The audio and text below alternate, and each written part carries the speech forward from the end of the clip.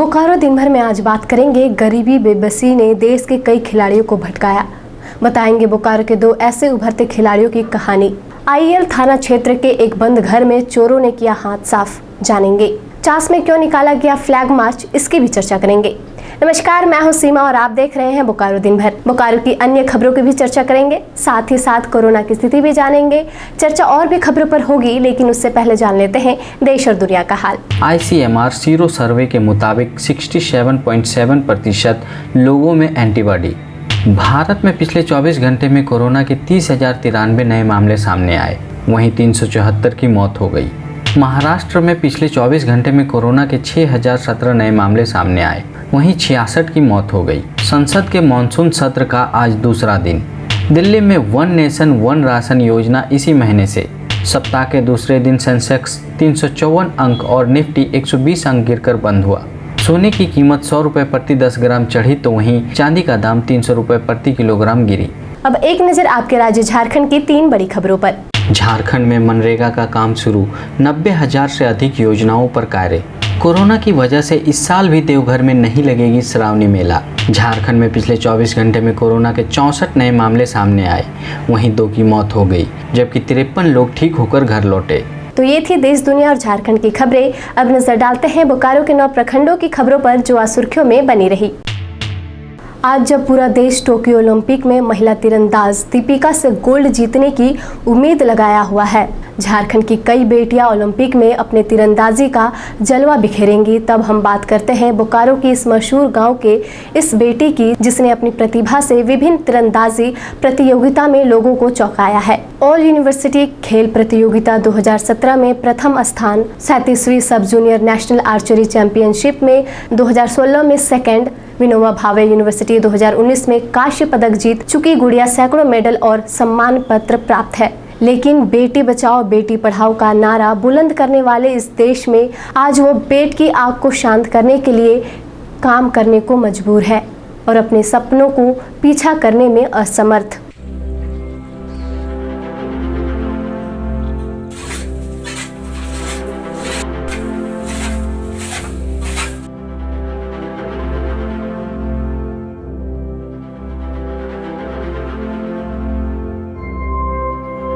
Sir, हम archery अपने जीवन में आगे बढ़ने के लिए, अपने देश का नाम रोशन करने के लिए और अपने स्टेट का नाम रोशन करने के लिए सर हम आर्चरी में अपना भविष्य, उज्जवल भविष्य के लिए आर्चरी स्टार्ट किए थे। सर, सबसे पहले तो सर हमारी मैडम जब कोचिंग करना मैम का किसी रीज़न से छूट गया, तो उसके बाद से सर हम लोग का पूरा लक्ष्य भटक गया। उसके बाद सर एकदम आगे जाने का कोई उम्मीद ही नहीं रहा, ना ही हम लोग को ऐसा कोई ग्राउंड मिला, ना ही ऐसा हम लोग को कोई कोच मिला जो हम लोगों को इतना आगे ले जा सके। सर, हम एक गांव की लड़की हैं और यहाँ से सर हम आर्चरी के बारे में तो सर हम कुछ जानते नहीं थे। मैडम ने हमको तरासा, हमारे टैलेंट को देखा और सर हमको 2 साल के अंदर ही सर हम 2016 में सर आर्चरी ज्वाइन किए थे और 17 होते होते सर हमने नेशनल में मेडल लिया। 4 नेशनल खेला, यूनिवर्सिटी में सर इंडिविजुअल में मेडल भी आया था, ऑल ओवर इंडिया में team medal, individual sir 2 medal लाए थे। उसके बाद सर 18 के बाद से तो हम लोग का प्रैक्टिस सर बंद हो गया, तो अभी 3 साल में हम लोग इंटरनेशनल तक तो सर पहुंच ही जाते, इतनी तो उम्मीद थी। आज सर हम लोग अपने अंजला मैडम को ही गुरु मानते हैं शुरू से, और वो उनको हम अपने भगवान के रूप में भी देखते हैं अंजला मैडम को। कुछ सर इसमें सरकार से सर हमको तो सर पहले जॉब चाहिए सर, क्योंकि हमारे परिवार की आर्थिक स्थिति बहुत ख़राब है। हम लोग को पहले एक समय ऐसा था कि बहुत सारे जानवर थे, अब बहुत मर चुके हैं। पैसा के दिक्कत की वजह से सर पापा को कुछ जानवर बेचना भी पड़ा और पापा की तबीयत भी ख़राब रहती है, तो अपने घर को चलाने के लिए सर हमको भी कुछ वर्क करना पड़ता है इधर उधर। तो सर हम अपने सर हम खेले कि घर का आर्थिक स्थिति को देखें, दोनों तो सर हम नहीं ना कर सकते हैं, और प्लस हमको वैसा ग्राउंड चाहिए सरकार की तरफ से जो हमको बोकारो में ही रहकर हमको खिला सके, प्रैक्टिस करा सके। तो अभी हमने बोकारो के एक खिलाड़ी के बारे में जाना। कुछ ऐसा ही हाल देखने को मिला बोकारो सेक्टर 12 के एक और खिलाड़ी का। गरीबी बेबसी ने देश के इस उभरते तीरंदाज के पेट की आग ने उसके निशाने को भटका दिया है। हम बात कर रहे हैं बोकारो के दीपक सवैया की। वो दीपक जो राज्य और देश का नाम रोशन कर सकता है। दीपक 39वीं जूनियर नेशनल आर्चरी चैंपियनशिप 2016 में प्रतिभागी था। 37वें सब जूनियर नेशनल आर्चरी चैंपियनशिप 2016 में द्वितीय स्थान रहा। विनोबा भावे यूनिवर्सिटी खेल 2017 में प्रथम रहा और Jharkhand Olympic association merit certificate 2019 में कांस्य मेडल जीत चुका है, लेकिन अभी अर्थव्यवस्था ठीक नहीं होने के कारण मजदूरी करने को मजबूर है।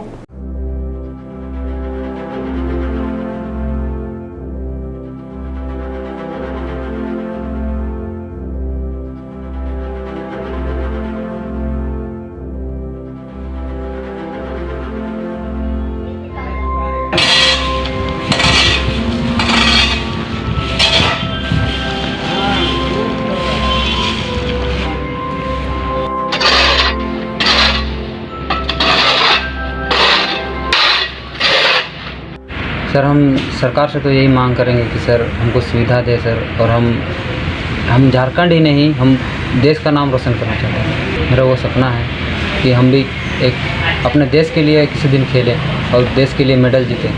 पेट पालने के लिए सर रोज़गार करना पड़ेगा सर। अब खेलें कि हम पेट पालें, मजदूरी करें, समझ में नहीं आता सर अभी सर। और यहाँ हमारे पास प्रैक्टिस करने के लिए अभी बोकारो में ग्राउंड नहीं है, अपना ग्राउंड नहीं है सर, क्योंकि घर में अभी सर आर्थिक स्थिति की कमी है सर बहुत। पहले था कि घर में अभी दुकान है, मम्मी छोटा सा होटल चलाती है, सुबह चाय बेचती है, और जो भी है छोटा मोटा बिस्किट वगैरह मिलता है वो सब वगैरह चलाती है। तो अभी जब से सर लॉकडाउन हुआ पिछले साल मार्च से सर, फिर 1-1.5 साल हो गया सर, तब से तो लॉकडाउन में सर दुकान सर उतना चलने नहीं लगा, क्योंकि सर सब कुछ बंद ही था, तो उसके कारण दुकान नहीं चलने लगा। तो सर फिर घर में खाने के लिए कुछ था नहीं, तो फिर सर मजबूरी में करना पड़ा सर। खेल में हम नेशनल लेवल खेले हैं, जीते हैं, मेडल जीते हैं सर। सरकार की तरफ से तो सर सुविधा तो नहीं सर। बोकारो में एक ट्रस्ट है, उसने मुझे गोद लिया, प्रेस पे आया, पेपर पे आया, पर कुछ मिला नहीं। ये बोला गोद लेंगे, एक महीना मेरे को बस 1 महीना का पैसा दिया। वो बोला कि मैं 1 साल तक का दूंगा पैसा, तुम्हारा पढ़ाई से लेकर खेल का खर्चा, सब चीज़ का खर्चा देंगे। तो लेकिन 1 ही महीना दिया, उसके बाद कुछ नहीं मिला। मेरे घर में सर अभी मम्मी है, फिर हम हैं और भैया है। मम्मी वही चाय बेचती है सर। अभी तो सर हम तो बोलेंगे सर, खेलना भी चाहते हैं सर आगे, और एक बस खाने के लिए कुछ आर्थिक सुविधा है सर, नौकरी। इन दोनों खिलाड़ियों से बात करने के बाद हमने इनके कोच रह चुकी एंजेला सिंह से भी बातचीत की। ये स्थिति में देखने के बाद हमको लगता है कि हमने जो सपना देखे थे कि हाँ मेरा बच्चा जितना प्लेयर है सब इंडिया लेवल तक खेले, वर्ल्ड तो खेले, वर्ल्ड चैंपियन बने। जो मेरा खुद का सपना था कि हम वर्ल्ड चैंपियन, मेरे पापा का सपना था कि हमको वर्ल्ड चैंपियन बनाना है। पर आज लगता है कि वो लोग को देखते हुए लगता है कि हमने वो लोग को क्यों सिखाया। अभी हम वो लोग के लिए कुछ नहीं किया। इंडिया लेवल तो दूर के बाद वो लोग को 2 वक्त खाना भी नहीं दे पा रहे, हम कुछ नहीं कर पा रहे वो लोग के लिए।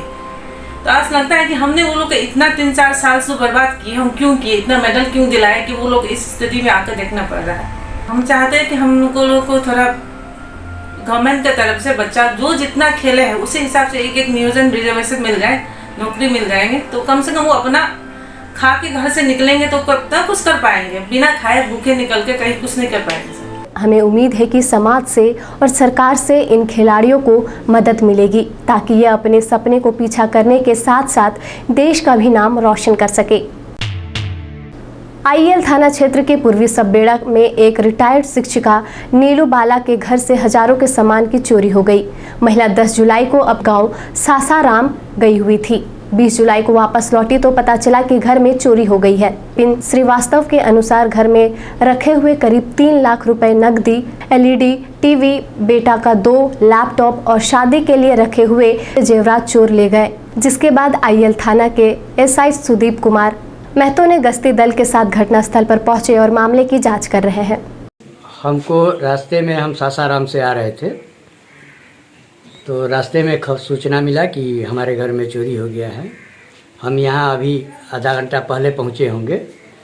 यहाँ गेट खोले, अंदर गए। सबसे पहले आगे वाले रूम से ही टीवी और लैपटॉप, 2 लैपटॉप था, 1 टीवी गायब है। उसके बाद अंदर गए, अंदर देखे कि अंदर वाले रूम का भी ताला तोड़ा गया है और वहाँ एक टीने का बक्सा है जिसमें मेरी वाइफ का और शादी का घर है, उन सबों के लिए गहना हम लोग कुछ खरीद के रखे हुए थे कि शादी में जाएंगे तो ले जाएंगे, और कुछ पैसा रखे हुए थे।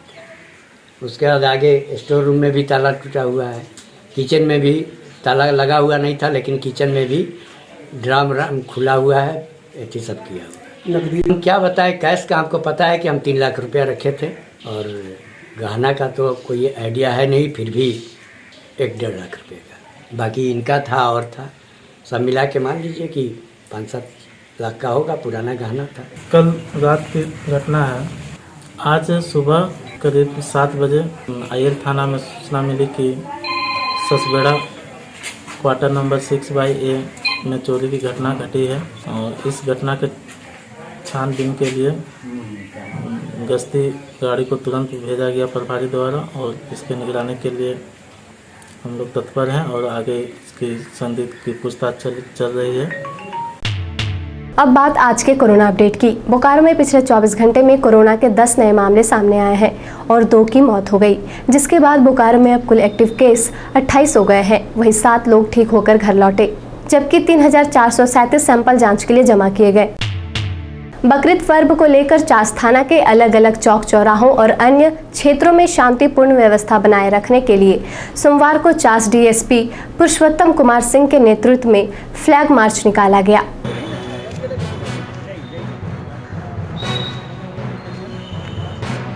बकरीद पर्व को लेकर के चास थाना क्षेत्र के विभिन्न क्षेत्रों में अभी फ्लैग मार्च किया जा रहा है, शांति व्यवस्था को बनाए रखने।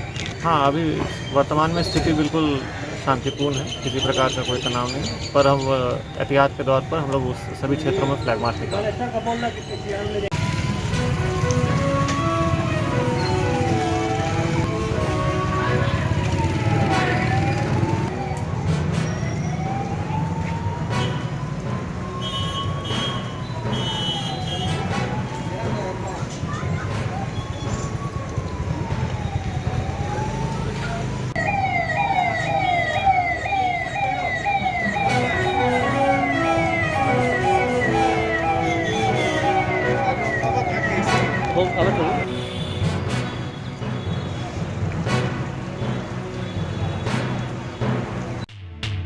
अब जान लेते हैं मौसम का हाल। बोकारो में आज दिन की शुरुआत हल्की बारिश के साथ हुई और पूरे दिन आसमान में बादल छाए रहे। पूरे दिन आसमान में बादल छाए रहने के कारण हल्की ठंडक बनी रही, जिससे लोगों को उमस भरी गर्मी से राहत मिली। मौसम विभाग के अनुसार अगले 24 घंटे में बोकारो में हल्की बारिश होने की संभावना है। आज का अधिकतम तापमान 30 डिग्री सेल्सियस और न्यूनतम तापमान 26 डिग्री सेल्सियस रिकॉर्ड किया गया। आज का comment of the day Krishant Singh द्वारा किया गया है, जिन्होंने 15 जुलाई को बोकारो टाइम्स के फेसबुक पर ये कमेंट किया था। कृषांत सिंह ने हमें कमेंट कर लिखा है, I appreciate your work, it's very helpful for us. Krishant Singh ji, हमारा हौसला अफजाई करने के लिए आपका धन्यवाद। हमारी कोशिश रहती है कि बोकारो के हर अपडेट को हम लोगों के सामने रखें। आप लोगों के द्वारा किया गया कमेंट हमें और बेहतर काम करने के लिए प्रेरित करता है।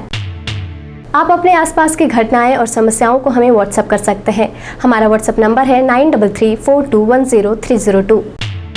इसी तरह बोकारो की तमाम खबरों को जानने के लिए आप हमारे चैनल बोकारो टाइम्स को लाइक करें, सब्सक्राइब करें और शेयर करें। फिर मिलेंगे बोकारो दिन भर में सोमवार से शुक्रवार रात 8 बजे। तब तक के लिए नमस्कार।